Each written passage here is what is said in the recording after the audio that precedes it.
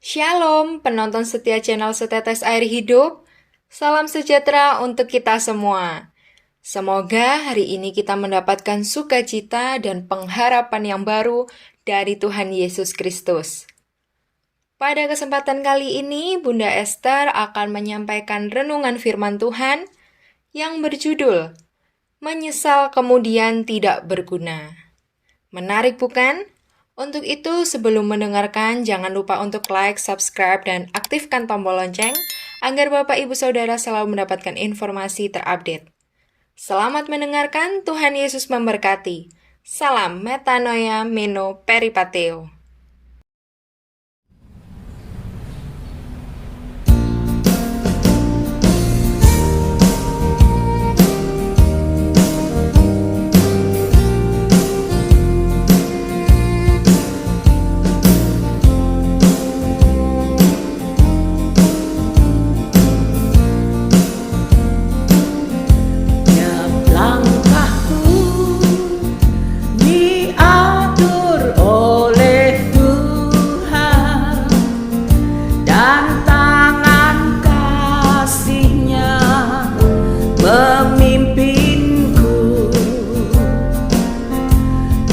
Tengah badai dunia menakutkan,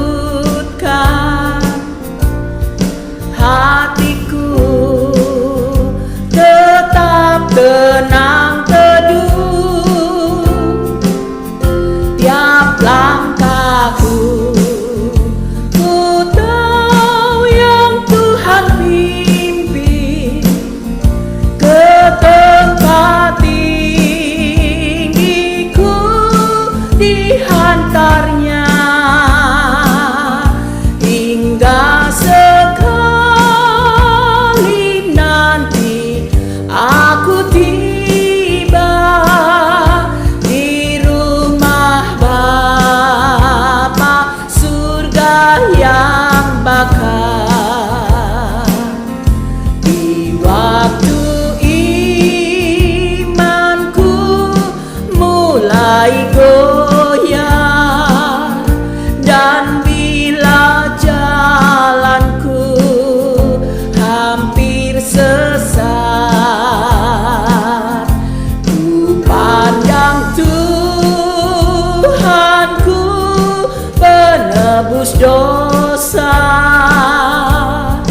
Ku teguh sebab Dia dekat. Tiap langkahku ku tahu yang Tuhan pimpin ke tempat tinggiku dihantarnya hingga sekali nanti aku tiba di rumah Bapa surga yang bakar.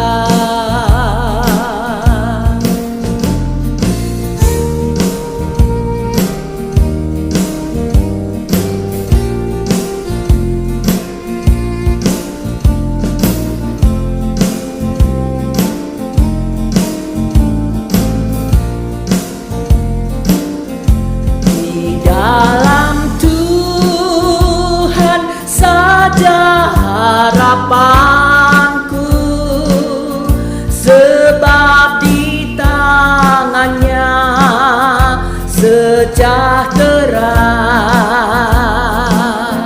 Dibukanya Yerusalem yang baru, kota Allah suci mulia. Tiap langkahku ku tahu yang Tuhan pimpin ke tempat tinggiku dihantarnya hingga sekali nanti aku tiba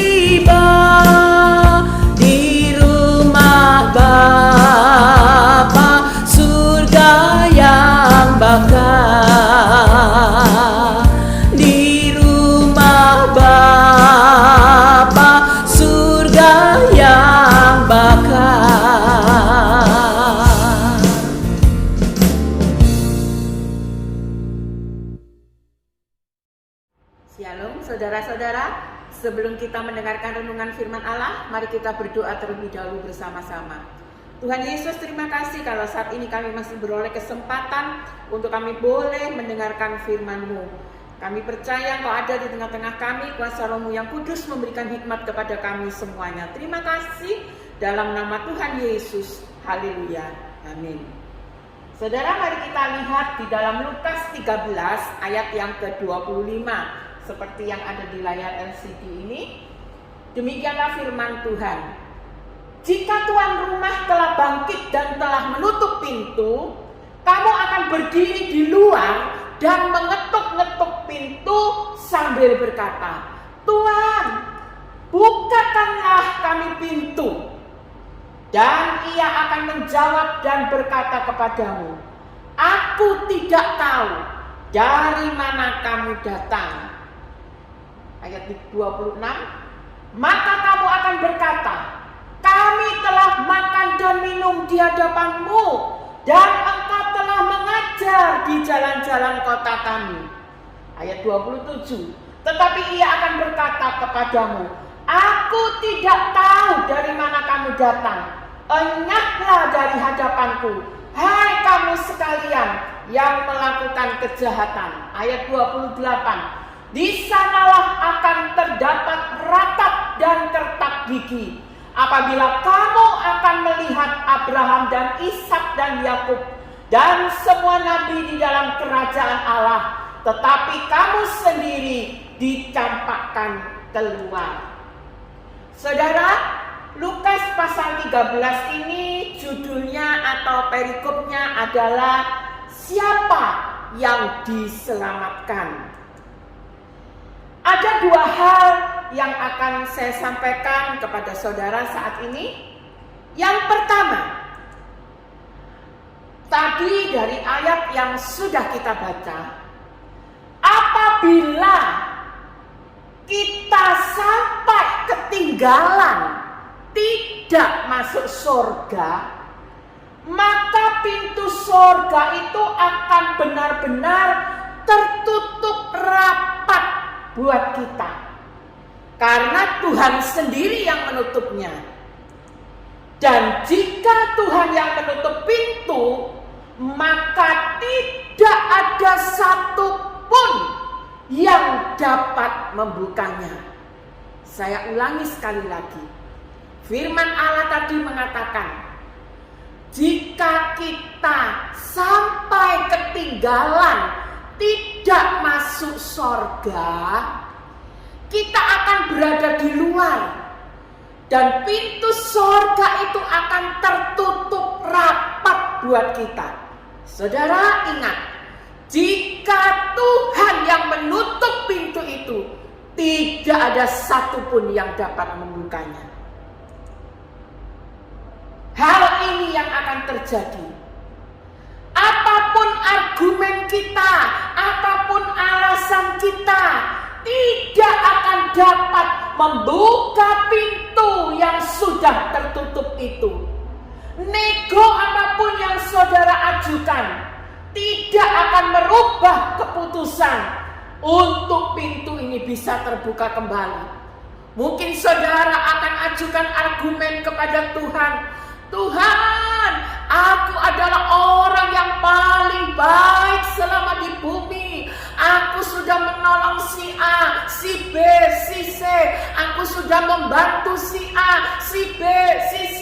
Bukakan pintu untuk aku. Tuhan, aku sudah melayani Engkau selama aku di bumi. Aku melayani Engkau dengan bekerja keras, dengan membanting tulang. Bukakan pintu Tuhan bagi kami." Tapi Tuhan tetap berkata, "Enyahlah engkau, hai pembuat kejahatan, aku tidak pernah mengenal engkau." Saudara, kalau sudah Tuhan yang menutup pintu, tidak ada yang bisa membukakan. Nego apapun yang kita ajukan, argumen apapun yang kita ajukan, alasan apapun yang kita ajukan, itu tidak akan merubah untuk pintu itu bisa dibuka kembali. Di saat-saat itulah penyesalan kita yang terakhir, yang sudah tidak ada pengampunan lagi.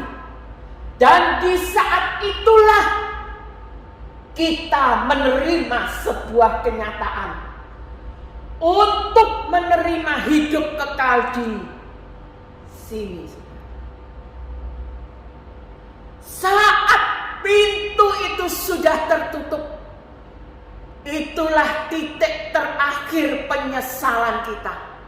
Dan penyesalan kita saat itu nanti bukan penyesalan seperti seorang ibu yang memasak terlalu asin, bisa diberi air.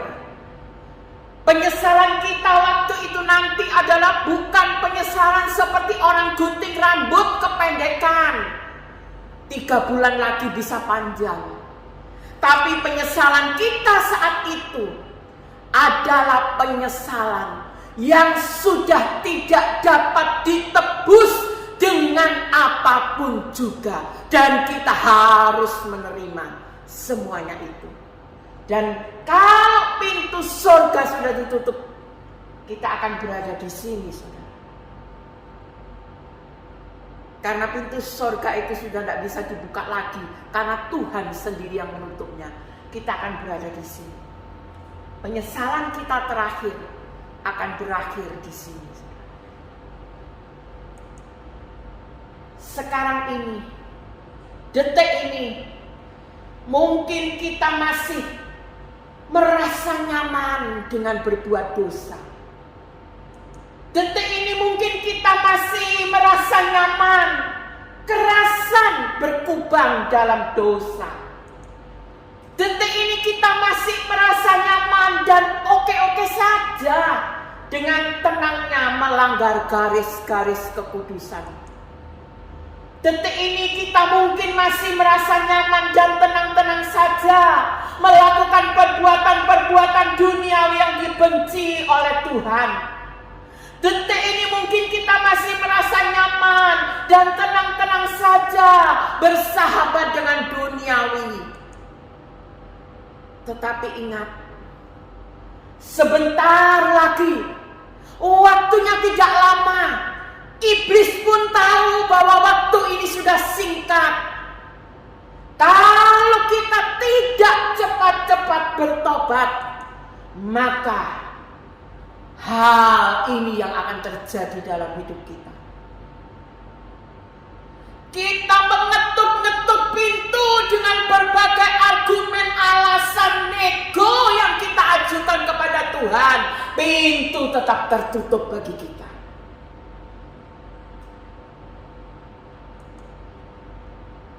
Hal yang kedua, Lukas 13 ayat 26 tadi mengatakan, maka kamu akan berkata, kami telah makan dan minum di hadapanmu, dan engkau telah mengajar di jalan-jalan kota kami. Saudara, tidak menutup kemungkinan sudah banyak kita mendengar ajaran Tuhan, sudah banyak kita mendengar firman Tuhan, tapi kita tertinggal di luar pintu. Tidak menutup kemungkinan, saudara. Kita sudah sering mendengar ajaran-ajaran Tuhan, kita sudah sering mendengar firman Tuhan, tapi kita tertinggal di depan pintu itu. Kita tidak bisa masuk ke dalamnya. Karena kita hanya sekedar mendengar ajaran kebenaran Tuhan, tetapi kita tidak pernah melakukannya. Kita akan tertinggal di luar pintu. Saudara, sekarang ini, detik ini, mumpung masih ada kesempatan, tentukan pilihanmu dari sekarang. Di sini atau di sini. Selama masih ada kesempatan, tentukan pilihan saudara mulai dari sekarang. Engkau mau di sini atau engkau mau di sini? Saudara, berhati-hatilah Kalau kita ini menjadi orang Kristen, jadilah orang Kristen yang benar-benar pengikut Kristus. Kata Kristen dalam bahasa Yunani adalah Kristianos. Secara harfiah, kata Kristen itu berarti menjadi bagian dari kelompok Kristus. Artinya menjadi pengikut Kristus. Para pengikut Yesus Kristus yang pertama kali digelari Kristen, yaitu di Antiokhia. Mengapa mereka disebut Kristen? Karena perbuatan mereka, keseharian mereka, kata-kata mereka adalah seperti Kristus. Jadi, belum tentu orang beragama Kristen hidupnya juga Kristen. Lukas 13 ayat 25 mengatakan, jika tuan rumah telah bangkit dan telah menutup pintu, kamu akan berdiri di luar.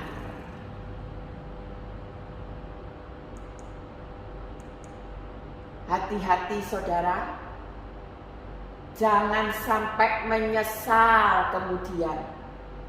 Menyesal kemudian itu tidak berguna dan sudah terlambat.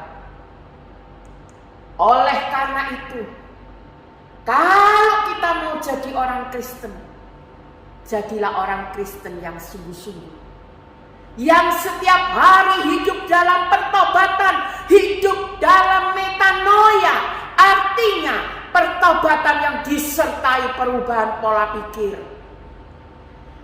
agar kita tidak menjadi orang yang ketika Yesus datang yang kedua kalinya, kita akan tertutup pintu dan kita akan tinggal di luar pintu itu. Mari mulai saat ini kita menjadi orang Kristen, menjadi orang Kristen yang sungguh-sungguh di dalam Tuhan.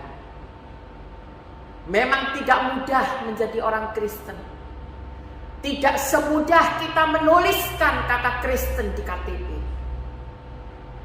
Tetapi lewat kuasa Roh-Nya yang kudus, Dia akan memberi kekuatan kepada kita untuk kita boleh menjadi orang Kristen yang setiap hari menjalankan metanoia, menjalankan pertobatan dalam hidup kita.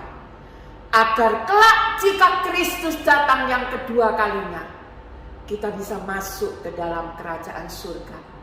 Kita bukan tinggal di luar, kita bukan tinggal di luar pintu, tapi kita boleh masuk di dalamnya. Sehingga tidak ada yang namanya penyesalan. Penyesalan seumur hidup yang tidak akan pernah ada akhirnya.